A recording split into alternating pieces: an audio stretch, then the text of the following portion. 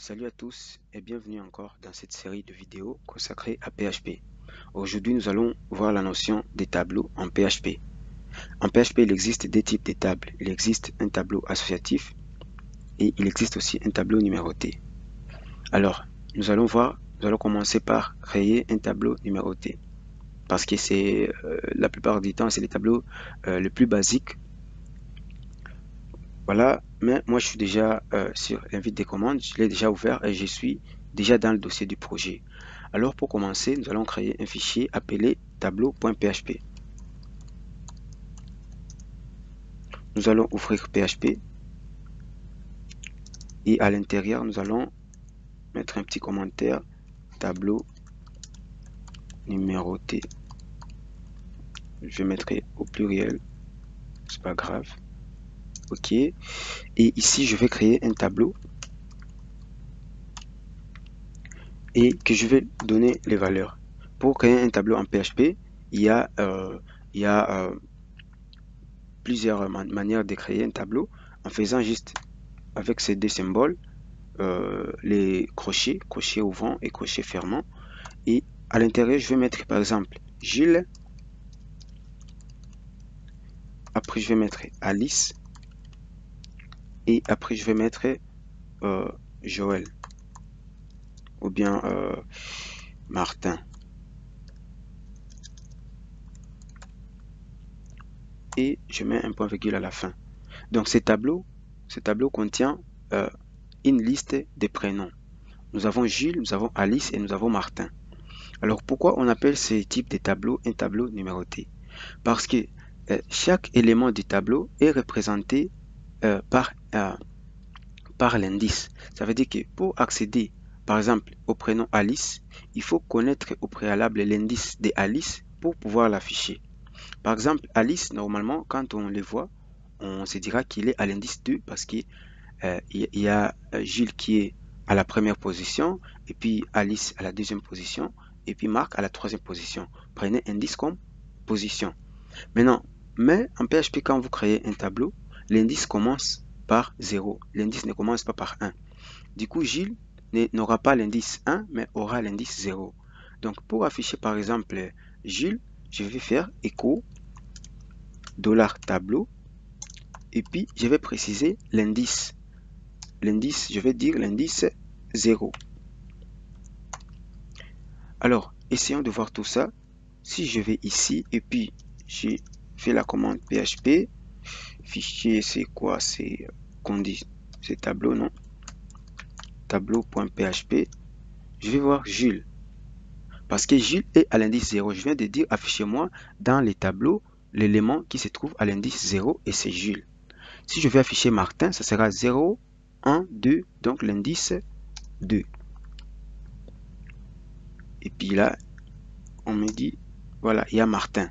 Si vous faites une erreur et que vous voulez afficher l'indice 3, on ne va pas trouver ça. On va vous dire que cet indice n'existe pas. On vous dit undefined offset 3. Ça n'existe pas. Voilà. Alors, je peux concaténer. Je peux mettre par exemple, je reviens sur 2.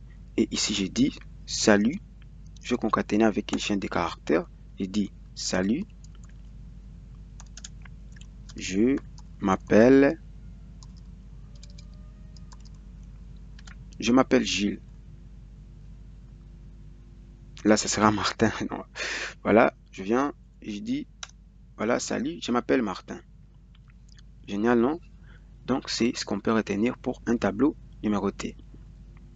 Alors, je vais faire peut-être un petit bonus encore avant de passer sur les tableaux associatifs. Supposons que vous voudriez savoir, votre tableau contient combien de prénoms. Il faudrait que vous puissiez compter les éléments se trouvant dans les tableaux. Et en PHP, il existe une variable et une fonction appelée count. Et quand on lui passe un paramètre, on verra après ce que c'est paramètre, il faut préciser quelle variable vous voulez compter ces tableaux. Alors, count va aller compter les éléments qui se trouvent dans ces tableaux et il va nous renvoyer un nombre selon le contenu qu'il va trouver. Alors, je vais garder cette valeur dans une variable appelée nombre. ici, par exemple, je peux dire dans les tableaux,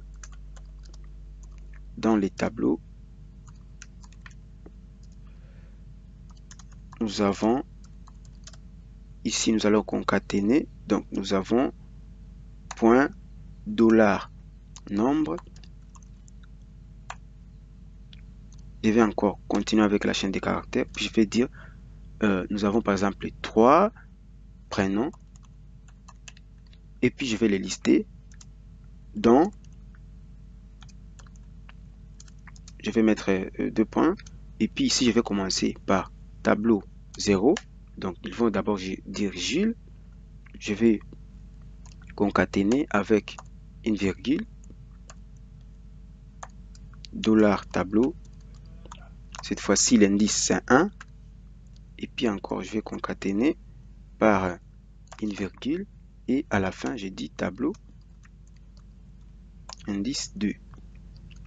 Et puis ici, si je viens et que je relance, on me dit, dans les tableaux, nous avons 3 prénoms, dont Gilles, Alice et Martin. Génial, non? Voilà. C'est un peu ça. C'est un peu de cette façon qu'on utilise un tableau numéroté. Récemment, quand nous avions vu, par exemple, sur la liste des jours, nous avons dimanche, lundi, mardi, mercredi, jeudi, vendredi. Nous pourrions mettre toutes ces valeurs, par exemple, dans un tableau. Et après, si on trouve que case c'est 0, on va retourner la valeur qui se trouvera à l'indice, par exemple, 0. Voilà, ça c'est une idée, un exercice que chacun peut faire. Alors, passons au tableau associatif. Je vais commenter ça. Voilà, tableau associatif.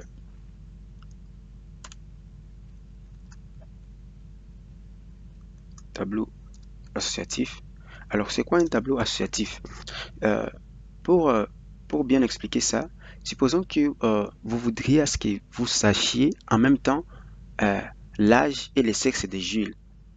Vous voyez, avec un tableau numéroté, c'est impossible parce que vous serez obligé de rajouter aussi des valeurs à côté et vous ne saurez pas lier Jules à son âge, Alice à son âge également. Ça va être trop compliqué. Mais avec un tableau associatif, on vous donne la possibilité de donner, donc l'indice aura pour valeur Jules, et puis maintenant, nous allons donner à Jules d'autres valeurs, âge et sexe. Donc, pour un tableau associatif, on associe à l'indice d'autres valeurs, d'autres informations supplémentaires. Par exemple, je vais recréer ces tableaux. Et puis, j'avais dit qu'il y a 2 façons de créer un tableau. Ici, je vais utiliser une autre manière. Alors, au lieu d'utiliser les crochets, je vais utiliser array. C'est une méthode en PHP pour dire je vais créer un tableau. Et ce tableau contient quelle valeur? Nous avons Jules, nous avons Alice, et puis nous avons Martin. Voilà. Et maintenant, nous voulons, ici, nous avons fait la même chose que ce que nous avions fait récemment. Si on veut tester ça, je peux d'abord commenter ceci et retourner ici et faire array. Je ferme ici et que si on relance cette commande, on relance la commande, on verra dans les tableaux nous avons 3 prénoms dont Gilles. C'est la même chose, ça n'a rien changé. Donc c'est une autre manière de créer un tableau. Je reviens là où j'en étais. Voilà. Ok. Gilles, Alice et Martin. Maintenant pour un tableau associatif, on ne va pas faire ça. Pour Gilles d'abord, on va lui donner quelques valeurs. Alors on commence par Gilles. On va faire comment? On met les signes égal et puis une flèche de supériorité. Et puis à l'intérieur, on va créer un autre tableau. On fait ici array. Tout comme on pourrait faire par exemple, tout comme on pourrait faire avec ces signes ici. Voilà. Array. Ici, on fait quoi? On met âge ici, je donne encore la valeur. Je dis 24, 20 ans, par exemple. Et puis, je mets sexe. Ici, je mets masculin. OK? Voilà. Donc, pour Jules, là, son âge, c'est 20 et son sexe, c'est masculin. Donc, ça, c'est dans un tableau. On met un autre tableau. Je vais copier ça ici pour Jules. Je vais aller sur Alice. Ici, je vais mettre féminin. Et là, je vais mettre 17. Je vais aller ici sur Martin. Je vais aussi copier ça. Je vais laisser masculin. Âge, je vais mettre 40. Alors, pour que ça soit plus visible, ce que je préfère faire, c'est de les séparer comme ça. Il y a Gilles, il y a Alice, il y a Martin. Là, c'est quand même un peu très visible. Et puis, ça, je mets en bas pour montrer que ça ferme, ça commence ici et puis ça ferme là en bas. Si vous voulez, on peut encore faire ceci pour Gilles. Oh, là, c'est mieux. Là, c'est mieux. Alors, on veut afficher maintenant l'âge des Alice, par exemple. On va venir ici. On va dire echo $tableau. Ici, on voit que nous n'avons plus d'indices. Nous n'avons plus les indices numérotés. Nos indices maintenant ont des étiquettes, comme je peux le dire. C'est comme un nom qui va permettre de repérer cet indice. Ici, nous allons mettre l'indice de Alice. Nous allons mettre l'indice Alice. Donc, pour Alice, cherchez-moi quoi? Son âge. Voilà. Ici, je viens ici. On me dit 17. Alors, je peux dire, par exemple, Alice a, par exemple, 17 ans. Nous allons venir ici. Et puis, nous allons dire Alice a pour âge. Je ferme. Je concatène avec son âge. Et puis, à la fin aussi, je concatène pour mettre 1. Voilà. Je viens. On me dit Alice a pour âge 17 ans.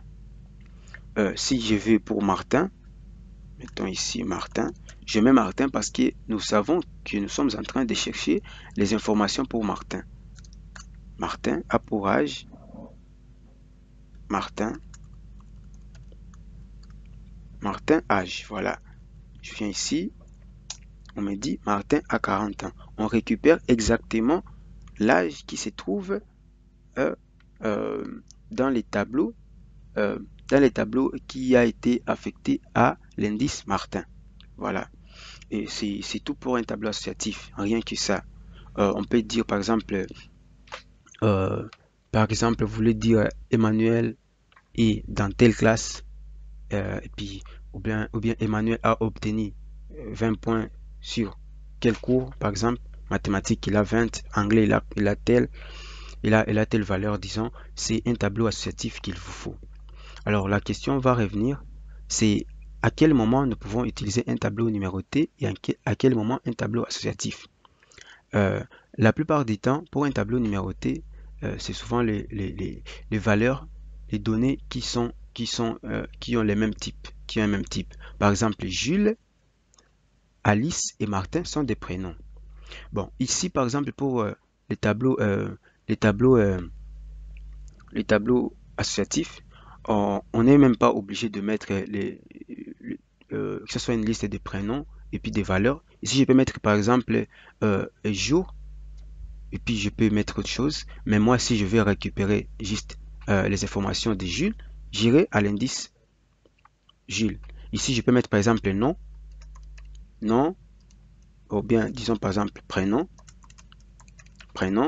Ici, je mets âge, euh, euh, âge, par exemple. Ici, je mets classe. Ici, je vais mettre par exemple Martin, Jules, comme je les avais mis. Âge, je les précise comme ça s'essuie. Et puis, donc ça ne fait pas que ça veut dire que les informations ne sont pas forcément du même type. Voilà, c'est ça pour un tableau associatif. S'il y a quelque chose que vous ne comprenez pas, n'hésitez pas à l'écrire en commentaire, ou bien s'il y a quelque chose dont j'ai oublié de le notifier en commentaire. Voilà, merci beaucoup. Avant de finir cette partie, je voudrais vous montrer une autre chose. Supposons que vous voulez directement voir ce qui se trouve dans les tableaux. Tout ce qui se trouve dans les tableaux. Il existe une variable et une fonction en PHP qu'on appelle vardamp. Et dans vardamp, on met une expression. Une expression, c'est comme vous mettez tableau. Je veux que vous puissiez m'afficher tout ce qui se trouve dans un tableau.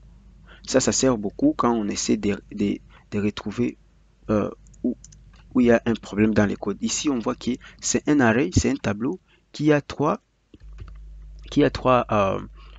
éléments. Le premier élément, c'est Jules, qui a aussi deux éléments. Il y a âge et sexe. Il y a Alice, qui a aussi deux éléments, âge et sexe. Et puis Martin. Voilà. Et à part Vardamp, il y a aussi Printer qui fait aussi la même chose. Print, voilà. Printer. Voilà, ça fait la même chose, mais c'est un peu bien organisé plutôt que Vardamp. Ça dépend de l'appréciation de tout et chacun, mais c'est un peu ça. Voilà, c'est tout pour cette vidéo. Merci de l'avoir regardé et n'hésitez pas à vous abonner à la chaîne si ce n'est pas fait. Aimer et commenter, ça me fera vraiment plaisir. À bientôt pour la prochaine partie. Merci.